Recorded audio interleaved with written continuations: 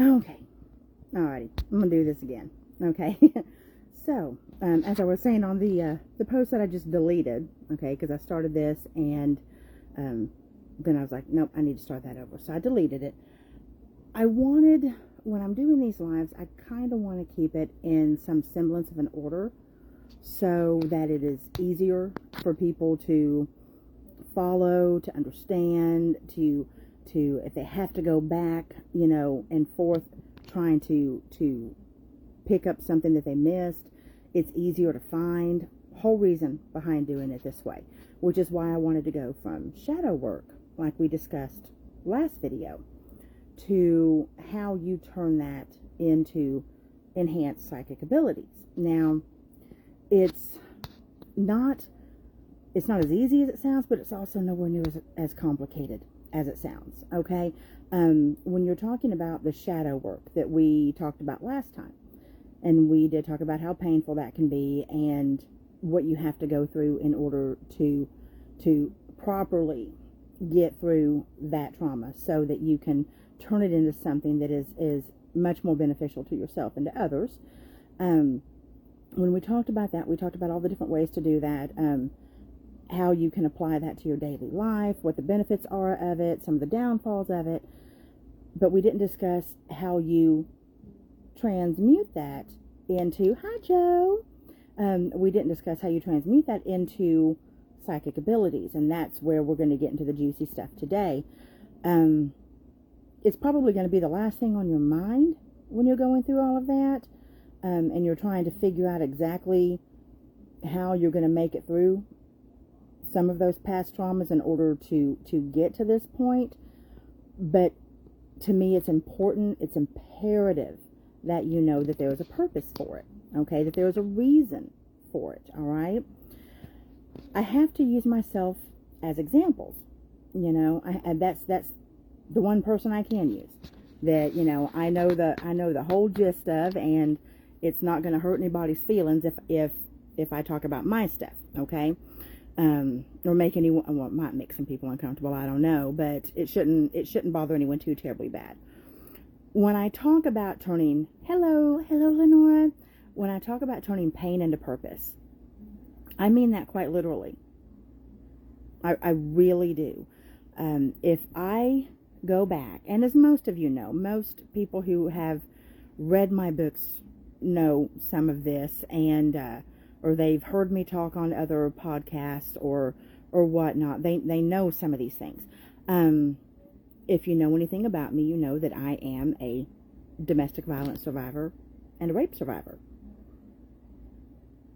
It's just fact. It's true. It happened, and trying to find the good in that is extremely difficult.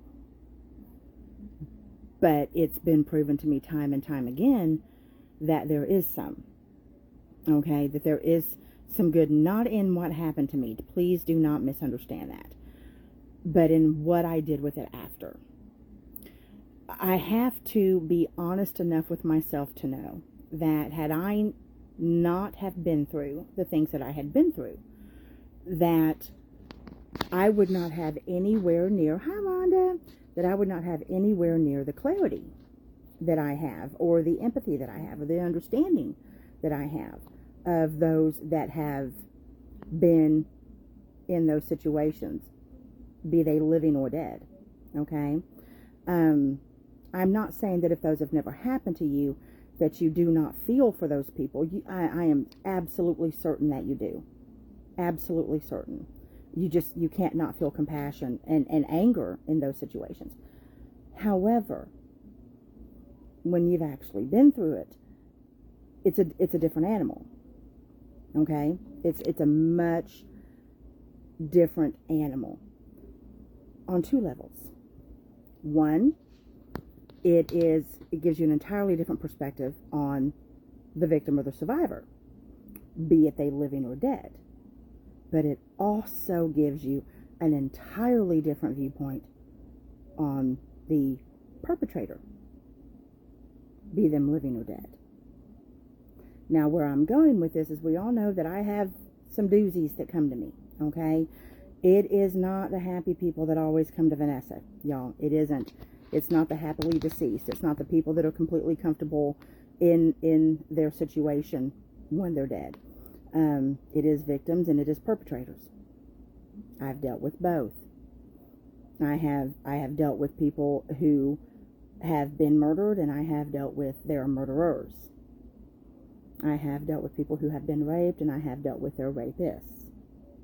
And being the person that I am, and knowing what I've been through, and being able to process that in a completely different way, gives me a completely different perspective. And I am actually able to separate myself in a way that I might not have been able to had I not have done the shadow work and dealt with those particular situations. Does not in any way, shape, form, or fashion mean that I agree with it, that I ever think it's going to be okay, or that that I condone any behavior like that at all, because I obviously do not. Obviously I do not.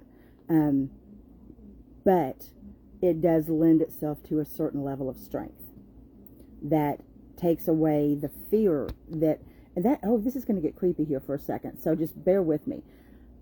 You would almost think I would be more fearful. I'm actually less. How odd is that? So by going through and processing those situations and feeling them truly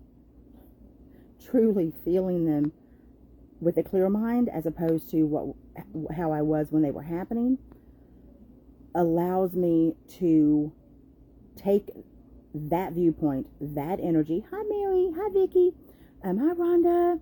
Allows me to take that energy, that clarity, that understanding of both victim and perpetrator, and remove any bias, any type of fear I might have, and it allows me to see and communicate on a completely different level.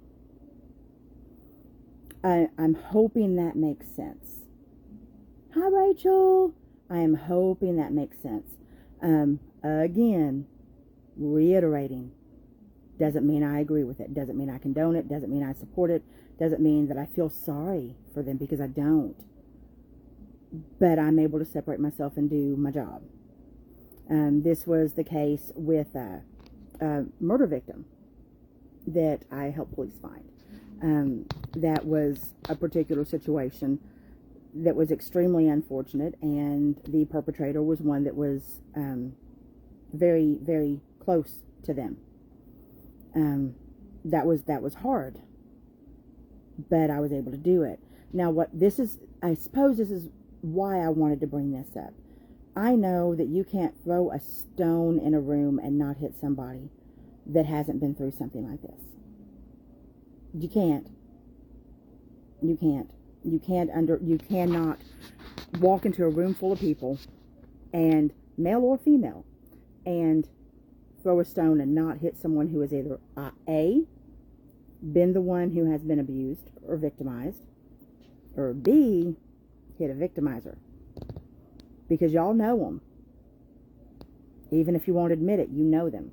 Believe me when I tell you, you know them. Whether they're male or female. Not all abusers are male. The large population is, but not all. Okay.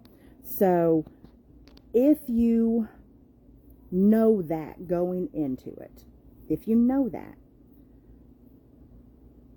think about how, let's put it for live people right now. Think about how you deal with those situations if you haven't dealt with your trauma, and you walk into a room and you feel a certain energy.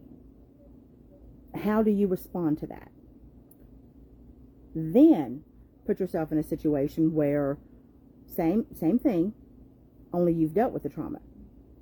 You've dissected it. You've understood it. You have went through every corner of it and processed through it. Walk into the same situation. How are you going to respond? Doesn't mean you shouldn't still be careful. Like I said the other day on a post, I won't get into an elevator that only has men in it. Sorry, I don't care whose feelings I hurt. It's not going to happen. Okay? I won't do it. But that's just a safety feature. Okay? That's just me being smart. But you think about that, and then take yourself, when you're talking about enhanced psychic abilities, because we always assume that enhanced psychic abilities are only speaking to the dead, and that is not true. Enhanced psychic abilities allow you to move forward in your day-to-day life with a little bit more understanding on how things work, what outcomes may come, on being able to process people's energy and save yourself a lot of heartache or a lot of trouble. It isn't just dealing with the dead, it's dealing with the living as well. Okay? So if you go through that and you process all of that and you apply what you've learned about yourself into meditation and into focusing on clarifying your remote viewing skills, your automatic drawing skills, your intuition when it comes to strangers or even people that you know that you've always felt a certain way about, but you just weren't sure why.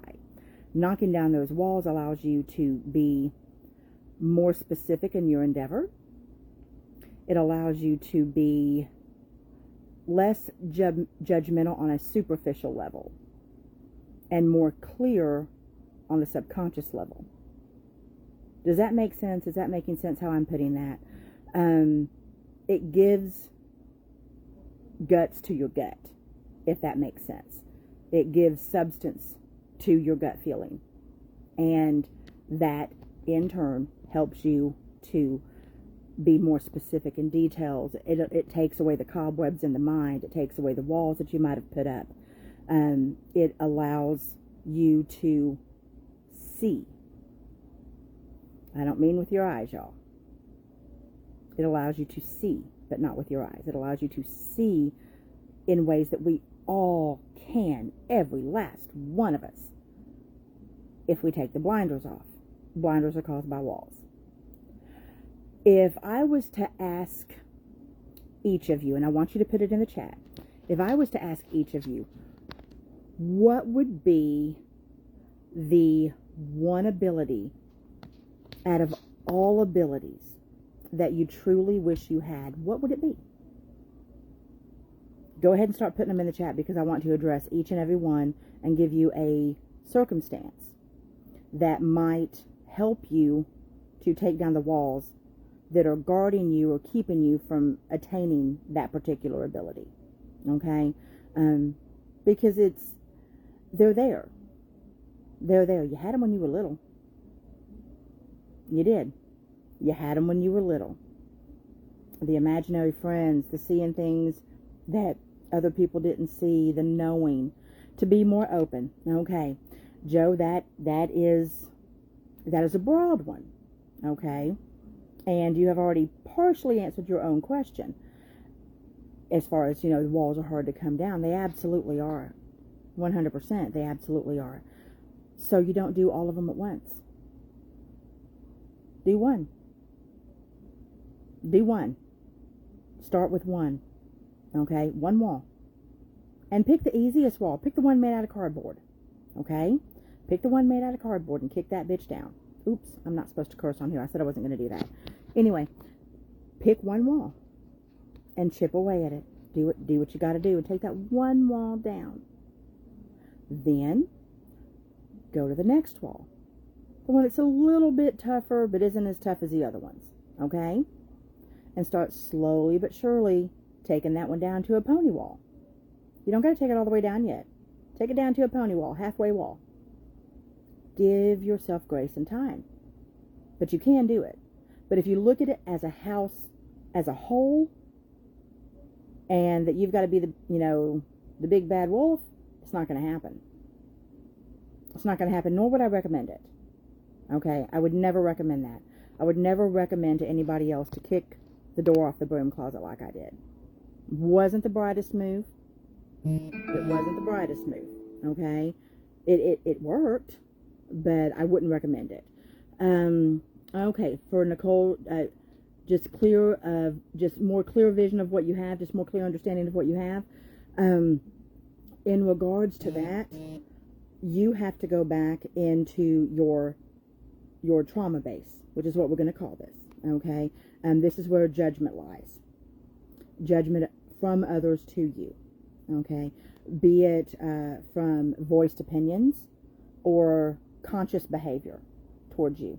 You have to go back into that trauma base and look at those particular situations from a different point of view as the person who is seeing the people judging you.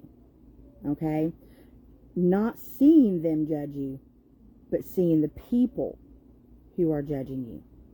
I'm not telling you to turn a judgmental eye on them. What I am telling you to do is to sit down and really look at who was doing that type of behavior and what might cause it. Because for the majority of it, it didn't have anything to do with you. It was where they were at in life and who they were as an individual at that time, and certain problems that they had, or addictions that they might have had, or issues that they might have had. Okay?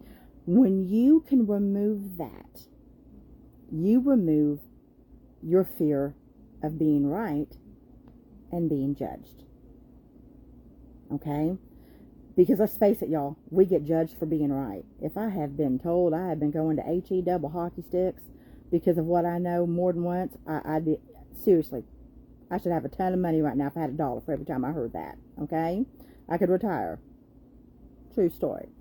Or partially too. You know what I mean. Maybe not retire, but I mean, I could take a pretty darn nice vacation. Okay?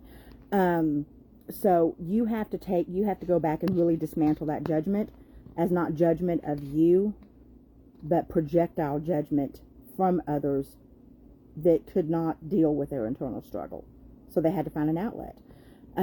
Okay, so for Rachel, for seeing intentions more clearly, along the same lines, but not necessarily. Yours comes, and not just yours, this would be anyone that is wanting to see that. Not so much questioning yourself, but as always feeling as if you have to question others. Okay?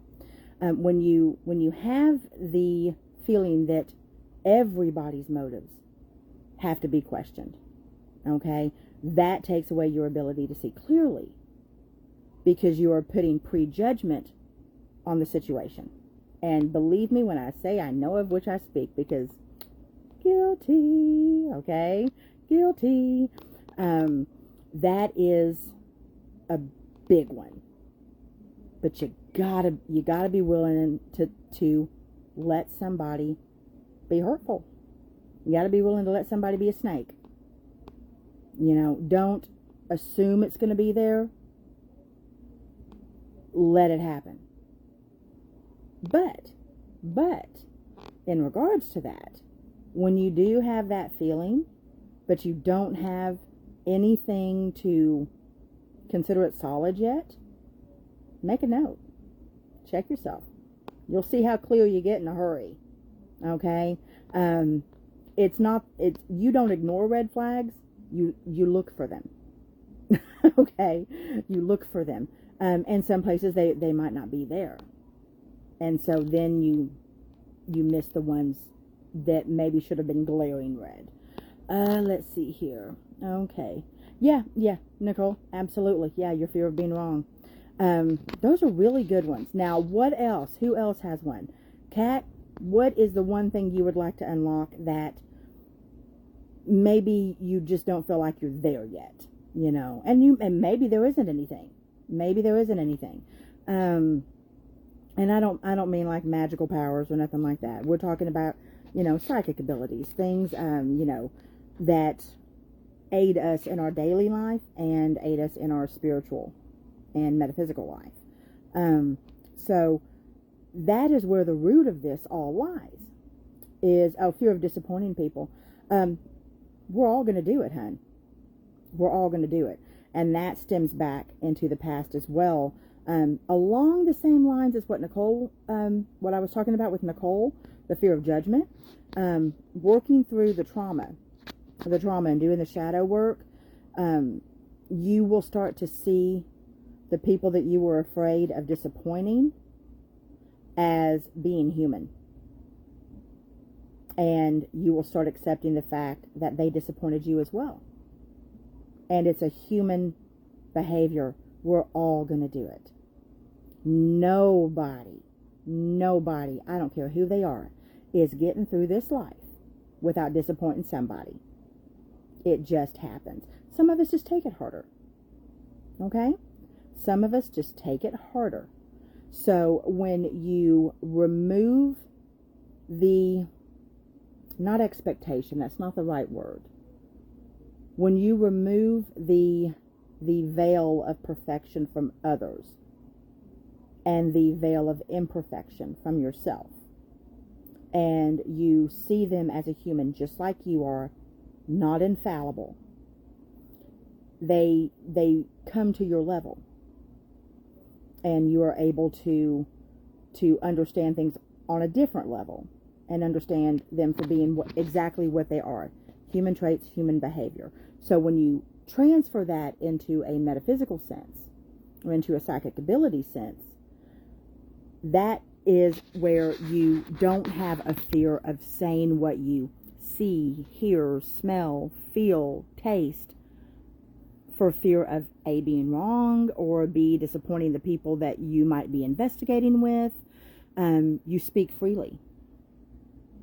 So when you take away the fear of disappointing people, you speak freely. You speak freely and more clear. Let's see here. It's hard when you grew up being told you were worthless and stupid. I know. Believe me. Okay? And it is very hard. And I will say this, and I mean this with the utmost love and respect. Consider the source. And that is really where a lot of this boils down to. Because so much, now some trauma we might have brought on ourselves. Okay? It happens. Again, we're not infallible. But so much of that, so much of what we carry, we take on the responsibility for, which again affects us in our daily lives and the spiritual aspect of our lives and the metaphysical aspect of our lives. And the best thing I can say is consider the source.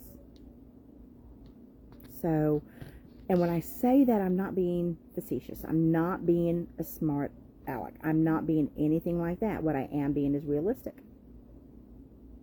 Being very realistic. When you go back and try to do some of the things that we're talking about here, it's no longer just time to dissect you, but it's time to dissect the causes and where they were at and what they were going through and what they might have been through that caused their trauma that they never dealt with, therefore projected on you. It's really weird, and I know y'all have seen it. I mean, you've seen the things that people put on TikTok and stuff like that, talking about generational trauma and everything, and a lot of that sounds like buzzwords to a lot of people, but fact of the matter is, it's not. It's very real. Very real, very true, and very important to work through. You know, we all have it. It was a conscious effort daily for myself to not transfer that to my child. I was conscious of it daily. Whether I had dealt with mine or not, I was conscious of it daily to make sure that I didn't. Just because I wasn't healed didn't mean that I had to harm. And that is really powerful when you think about it. That's a lot of self-awareness. And I'm sure we all have been there. You know, I mean, there are times in my life when I have wanted to lash out. Man, have I. You know, and to this day, I can't even say truly what keeps me from it. I really don't know. I don't know. Is it a higher power? Possibly. Is it past or future me? Very probably. But whatever it is, I'm grateful. Now, doing this and moving forward in the metaphysical aspect of it, there is a warning that comes with this as well, okay? While it is wonderful to open up all of these abilities, it comes with a great responsibility. We've discussed that before.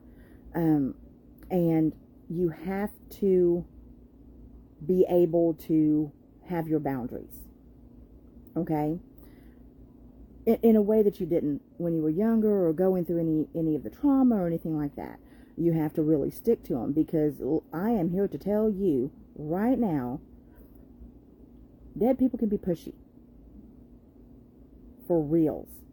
Okay? They can be pushy. So boundaries are unbelievably important to have in regards to that, because the personalities of some of these people, especially perpetrators, the personalities follow. They do. Sorry. Dick in life, dick in death. Okay? Can they learn their lesson? Absolutely. Can they become better after? Absolutely. Sure. Do they always? No. Okay? So boundaries are going to be unbelievably important to set. And as you build your confidence doing this, you will find that you have less issue doing that, because they're not going anywhere. You don't have to talk to them right then and there if you can't. You don't even have to help one that you don't want to help. Okay? You don't. If as you're working through this and one comes to you that is the perpetrator, the bad person, we'll just call them the bad person, okay? If they come to you and you are not yet in a position where you feel comfortable dealing with them, you can say no. You can. It's completely okay. This might be a life sentence, but you're not shackled. Okay? Just like you don't have to talk to any other living soul you don't want to if you don't have to. You don't have to when it comes to the deceased as well. Okay? So you can set those boundaries. You can say, you know what? I'm not your gal or your guy. I'm not the one you're going to talk to. This makes me uncomfortable and you need to leave. You can do that. Done it. I've done it. I'm going to do a little bit of do as I say, not as I do here for a second. And you guys know I'm like the world's worst about that. The other warning when we're talking about this and you're opening up those abilities is the Claire, so to speak, that nobody really ever talks about. And hi Debbie, hi Kathy. It's the Claire that nobody really ever talks about. I don't even know if it's got a word for it, okay? But it's the one where they allow you or make you or whatever, hi Angie, to feel whatever it is that they felt, especially at death. If you can keep from doing that until you're definitely more comfortable, I would highly recommend it. That is the most unpleasant. That's the most unpleasant. That's the hardest. I can pretty much handle anything. Somebody tells me, hi Greg. I can pretty much handle anything somebody tells me. I can pretty much handle anything somebody shows me. But when they want you in order to prove who they are, okay, or for whatever reason, when they want you to feel what they felt when they were passing, that's hard. Okay? That's the hardest thing I deal with. Absolute hardest. Okay? Because it is very real. It very much feels like what they would have felt. And still I'm dumb enough to do it willingly. Please don't be as dumb as me. Okay? That is my biggest warning. Rachel, do you think that if boundaries aren't in place in death that one could become trauma bonded to whomever comes to them? 100%. Absolutely. That is a stellar question. Absolutely. And that would take forever to try to break, because that is a completely different type of bond. A completely different type of bond. And that could be said for family members. That could be said for strangers. Y'all, I mean, that's why I always get a chuckle when you hear the same stories come out of locations over and over and over and over. The regurgitation of the same exact story that could be looked up anywhere. When, in all honesty, I mean, somebody could pass away, live 2 blocks away. They could have coveted the house you live in their entire childhood, and guess what? Now they can live in it. Okay? And they've got no tie to it. No tie to it. So it's one of the reasons why, like I said, I get a chuckle.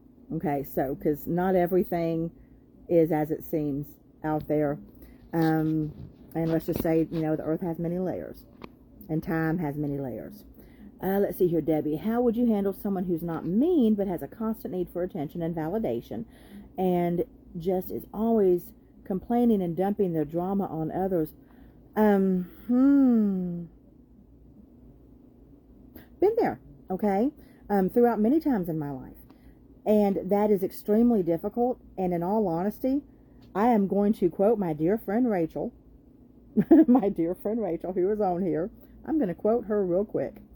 I would do exactly what I know she would do. Hey, Tanya, honey. Hey, Victoria. I would look them square in the face the next time they started, complaining and blah, blah, blah, blah, blah, and say, you sick of yourself yet? Seriously. Oh, my gosh. Because, okay, so I am not by any stretch of the imagination perfect. And Rachel knows that I will chew on something until that bone is clean, because I want to see where my fault might lie, or where I could have done different. Okay? And so I'm really bad about that. I am really, really, really big on introspection of oneself. But that doesn't mean I can't drive you crazy with it. Okay? And sitting there in the apartment back in Virginia, and Rachel looked over at me. I was sitting there and I was going on and on and on, and she looked over at me and she goes, you sick of yourself yet? And I was like, yeah. Truth. Okay? And okay, so Debbie, you might not be able to do that. But what you can do, especially if it is the same situation over and over and over and over again, is just be honest with them. Just say, you know what? Look, we can hash this out and hash this out, but until you're actually going to do something, I don't really see any need to discuss it anymore. You have a right to do that. You're not a receptacle, Debbie. You're not a receptacle. You don't have to be. Okay? And, I mean, I have actually gotten to the point, I've actually, contacted, like, if I needed to talk about something, whether it's Jana or Rachel or Vicky, I've actually asked them first, are you in a good mental spot for me to complain about something real quick? Or I need an opinion. Are you cool? Are you clear mentally for me to ask you this, or do we need to do this another time? Because I care. They're not a receptacle. Okay? And I think we assume that, whether it's friends or family or whatnot, that by being there for them 24/7 means that we jeopardize ourselves or hurt ourselves. And nothing could be further from the truth. Nothing. Okay? And especially if it's not reciprocated. Especially if it's not reciprocated. And yes, yeah, it is. It's great when people ask you, hey, do you have the energy? Because if you don't, totally cool. Totally cool. Because, I mean, unless it's life or death, it can wait. That's the thing. Unless it's life or death, it can wait. Period. Okay? So that is, it's one of those situations where you might have to hedge into it, but eventually you're going to get to the, are you sick of yourself yet? And it will be the most freeing thing in the world. Okay? It truly will. All right? And if anything, it'll snap them out of it, because maybe they're unaware. Maybe they're unaware that it's so bad. And if they are, then that would help them as well. Okay? Think of some other things here. Okay, the other thing. Oh, let's see. I would definitely be awesome if they do that. Oh, bless your heart, honey. I do try. I don't always remember, but I do try. The other thing I want to talk about is when you do start taking down these walls and getting rid of some of these barriers that are causing issues in your spiritual self, so to speak. And you are becoming more open, you have to remain cognizant of that openness and how you can be affected by it when you're least expecting it. And the biggest thing I can talk about in that is driving. I almost never drive at night anymore. Not just because I got a little bit of night blindness, you know, that like that prism stuff, because I have a astigmatism, so my eyes are shaped like footballs. These bad boys right here, shaped like footballs, okay? So they're not round. And so I have that prism stuff that happens when I drive at night, or like in rain and things like that. But it isn't just that. Pretty much anyone that's died on the road, I see them. Unless I'm consciously blocking them out, which I've had to do. Okay, I've had to do that. I don't like to, because, I mean, again, do as I say, not as I do. I'm always worried somebody's going to need help. But there are certain instances where I do block out. Not black out, block out. Oh, yep, Tanya, you too, honey. Oh, yeah, it's a pain in the butt. But driving is a big one. Driving is most definitely a big one. So when you start opening up these avenues, you have to understand that it opens them up everywhere. Whether you're driving, whether you are walking in the Kroger, whether you are out to dinner with somebody, painfully have to admit this, even if you are in the middle of an intimate act. Yep, happened a lot, okay? Not in a long time, because I'm relatively certain I'm a born-again virgin. Anyway, but it does happen. So in order to have that clarity, and in order to hi Tia, I just saw you. In order to have that clarity, in order to be able to clear up the clairs, so to speak, and to enhance your abilities, you have to understand that comes with a whole lot more activity than you have originally dealt with. And so you have to make sure that you are properly protecting yourself. Okay, I saw a wreck in Tennessee a couple of years ago. I actually saw the spirit of the guy looking at his body lying there. Yeah. Oh, yeah. 100%. 100%. You know, and it's frightening. It's absolutely frightening when you're seeing them lining the street. The other one, it's not just people, it's animals. If I had $1 for every dead deer or raccoon that I've almost wrecked thinking I was going to hit it, but it's a spirit. Another reason I don't drive a lot at night.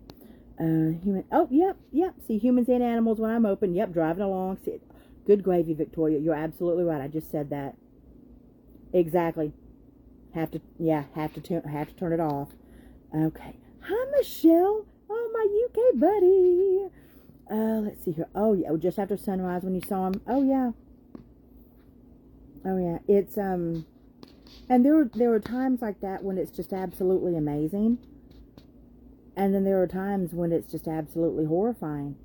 I was in Hollywood Cemetery in Richmond, Virginia, and walking through the area where a lot of the soldiers are, infantry. They have no idea that they're, at least I wasn't aware that they had any idea. They didn't portray it to me. They had no idea they were walking around with half their heads blown off, or a big hole in their chest, or missing a leg, or missing an arm, or their innards hanging out. They were not behaving as if they were aware, but I could see it. That's not fun. Okay. Another one that I saw, this is in one of my books. This was a lady over in the UK that I actually saw via remote viewing, and she had been hung and drawn and quartered. So her torso and her head were hanging, but her limbs were laying on the ground below her. So you can't just open yourself up to the good stuff. Oh, good gravy. Sorry. You can't just open yourself to the good stuff. It won't just be good stuff. So you have to really make sure that you are that you are holding yourself to a certain level of what you will allow. Okay? You have to make sure that you're taking care of yourself. You have to. Because when you have dealt with your traumas through the shadow work and have allowed yourself to open more to your abilities and to particular psychic connections and to spirits and to everything else, you will absolutely have triggers. 100%. So right now your walls might be protecting you from those triggers. Eventually, when those walls come down, those triggers will still be there. So you have to be prepared on how you're going to deal with those. And again, boundaries, boundaries, boundaries. You are not obligated nor expected to put yourself in harm's way mentally, physically, or spiritually, or emotionally to aid another. You're not.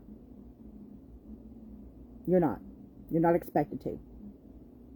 No one should expect you to. And if they do, they can get to stepping. And if they don't want to get to stepping, you can send them to me and I'll tell them for you. Okay? Let me see here. I hope I didn't miss a question. Let me see. Just after sunrise, what boundaries would you... Let me see. Where is that at? Where did that go? Kat, I'm trying to find your question on there. Let me see if I can find it. Okay, what boundaries would you suggest to a spirit who refuses to stop calling out my name in my husband's voice, making me go running to him? Oh, are you sure that is a spirit, Kat? I have a very real reason for asking you that. Because I don't feel it is a separate spirit. I have to be honest with you. That is either a past or a future projection of your husband. I believe past. That is bubbling to the surface, because we can be kind of like not split apart, but we can leave parts of our soul in different times. Okay, I truly believe that's what it is, and it's the fear of abandonment that is causing him to do that. His past self. It's not future, it's past self. It's fear of abandonment. And I know that sounds so strange. I know it sounds so strange, but there's an inner fear. There's an inner anxiety that wasn't dealt with from a past life that is causing that past projection to do exactly that. Does that make sense? Are you understanding what I'm saying on that? Let's see here. Let me see what else I can see on here. I got to get through. Okay. Alrighty. So I'm trying to see where I've missed some. If I've missed y'all, please hop on there and do it again. Vanessa's my bouncer. You got to go talk to her before you get to me. Yes. there you go. Okay. I'm trying to see if there's, okay. Here we go. I know there's new comments, but it's not showing it to me yet. Let me see if I can do it. Let me see if it's there. Okay. I'm going to have to answer that afterwards, Kat. But yes, I mean, that is, to me, that is what I'm feeling from that particular situation. That is, and yes, Anitra, that, yes, soul splitting. 100%. 100%. Because we parts of us can remain tethered to other areas. It just happens, for whatever reason, and I know that a part of me is still over there, or at least was up until this particular point, not today, but back when it first happened, to 9 Lady Stone Circle in England, because that was where I was at when they hung me, was in that area, and so that's just, like I said, a little bit of me still there. So that is what I feel from that, for you, Kat. I don't feel like it is a separate spirit. I don't feel like it's any type of jester. I don't feel like it's anyone that's actually trying to drive you crazy. It is fear of abandonment that is being vocalized through projection. So you let me know when you can how you feel about that particular viewpoint on it. But that is the very first thing I heard when I saw your question was, it's not a spirit. Very first thing I heard. So, and I'm not saying I'm right and you're wrong or anything. So you let me know your viewpoint on that. Let's see here. It can drive you to a dark place when you are open if you do not have a safeguard. 100%. 100%. I've been through some things, in all honesty, paranormally and metaphysically speaking, that made me question my own sanity. Without a doubt. Without a doubt. I am so grateful that for whatever reason I have been able to attain the ability to keep part of me in my own body when I channel. Because it's unbelievably frightening to channel without your knowledge and you wake up in a completely different place. On the ground. People staring at you, looking down, staring at you, and you have no idea how you got there. Happened in New Orleans. Jacques Saint Germain's house. Apparently I was trying to break into it.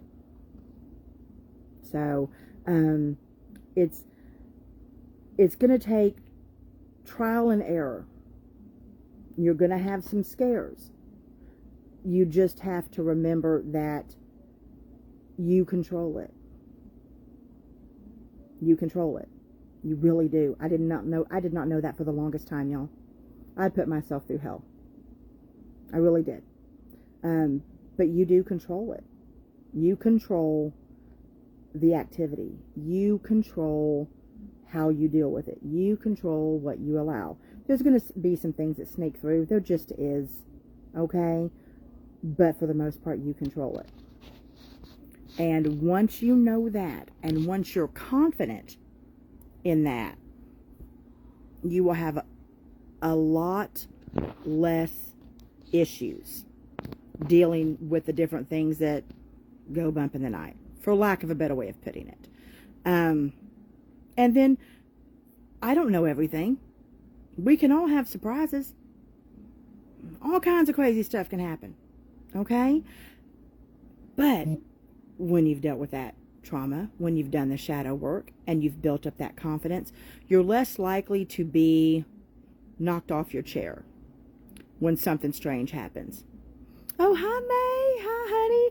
Y'all, okay, the tour in Northern Ireland and Scotland. Me and May only got 2 spots left. So, this is going to be a full trip. We've got 2 more people that need to pop on, okay? So, tell your peoples whatever you got to do, because it is going to be amazing. Absolutely amazing. Believe me. Okay, let's see here. What am I missing? Need to get down there. Okay, Victoria, whenever there's a traumatic event, where is that at? We leave a fingerprint at the place. I believe when you see an apparition that is not intelligent, that it's just a fingerprint. It can be. It can be. Here's the thing. This is what I have found. Because yes, you can absolutely have imprint hauntings. 100%. I mean, just like a spot in the carpet that comes back and comes back and comes back. That having been said, that imprint does contain a certain level of energy. Doesn't mean it's intelligent. However, if somebody who has a particular set of abilities ends up going to the location where that imprint is, and they have that light that shows. We all know we got some lights, okay? We're the flame and they're the moths, okay? And you've got that light, that spirit, because again, two-way street. You don't go and not come back. I don't care what anybody says, okay? You can come and go as you please. That spirit might look down and be like, hey, that person could see me, or that person could hear me, because they know. And they might come where their imprint is to be able to converse with you. Had it happen. Okay? I've had it happen. Let's see here. Debbie, let's see.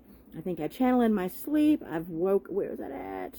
I have woken up a few times where I'm speaking out loud and it's profound information that is a guidance for me. I've done it a few times. I'm going to have to go in and do the see mores on some of these after the fact. I'm not certain if it's necessarily channeling or more astral travel. Now, here's the beautiful thing. When you're talking about astral travel, it sounds really crazy and hippy-dippy and this, that, and the other. But again, you control it. You don't know it yet, but you control it. Okay? And this is where, in my personal opinion, with my personal experience, where a lot of your sleep paralysis comes from. Let's talk about that tether. Okay? So, your soul is tethered to your body. The soul that you have right now in this body is tethered to that body. When you astral travel, your soul can leave and go and travel around and do what it needs to do and see what it needs to see and learn what it needs to learn, whether it's past, present, or future. Okay? Because it is tethered to that body. Some of us get a little travel happy. And so we go a little bit further than we probably should. And that tether is stretched very tight. Coming back, it takes a little bit longer, but your body will start to wake up as the soul starts to enter it. But it's taking a little bit longer than it should, which is one of the reasons why when somebody has sleep paralysis, they are aware but can't move. And they feel that pressure right here. Okay, I know it's really cool to think that, you had something nasty sitting on your chest and it was holding you down, and it could be. It could be. But this is another alternative to what could be causing that. I've traveled too far. I've traveled too far. And that was not fun. And matter of fact, it almost caused me to pee my bed. I'm not going to lie to you. It's a true story. I had traveled so far that by the time I got back into my body, I was almost not able to make it to the bathroom. Okay? And, I mean, it's very, very, very strange. But as far as, what were we talking about? The channeling, I really do believe that it's astral travel. And I believe that you are acquiring that Akashic information, whether it is from your past self or your future self. You are acquiring that Akashic information, which is kind of downloading. That might be how you download the information. And it because it's easier to retain that way, because it's a lot. If you have a download when you're awake, boy howdy, y'all. Yeah, you're going to sleep for a minute after that, because that's almost traumatic. okay? But if you can astral travel in your sleep and get your downloads that way, that download of Akashic information, it is much more palatable and much easier to take in, because you're less likely to push some of that information away, because it's not all good. It's not going to be all good, okay? Some of it's going to be crappy, all right? Let's see here. What am I finding on here? Okay, I'm small enough to fit in your carry-on. I know, right? Oh, yay! Oh, that's awesome, Tanya. Okay, so let me see. I think I am missing some here, but I don't want to miss anything. But I might not be. I'll have to look again after. Oh, my husband has seen me in the house while I've been out during a time driving home in bad weather, and I'm anxious to get home. Well, honey, you really shouldn't be surprised. Y'all have a past life connection.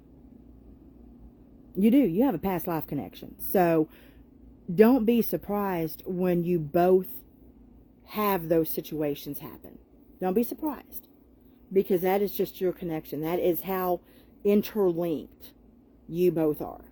Okay? All right, let me see here. I'm just looking. I love that y'all are being so interactive. Oh, and yes, what time is it? Do we know? Because I didn't bring in a clock to look at or anything to see. And I know I've got to run to the store for my mom real quick. Does anybody know what time it is? But I wanted to, I hope that explains some of it. Again, oh yes, okay, so God, this is the longest one we've done. Okay, I got to get going. Again, we will go into a little bit greater depth and do the individual clairs and discuss them next Tuesday. Oh, thank you, Angie. We will discuss the clairs next Tuesday and go into greater detail with them. So be thinking of questions and things you want to know, and we're all going to have a big old group discussion, okay? Anyway, I got to go. I love you guys. Bye.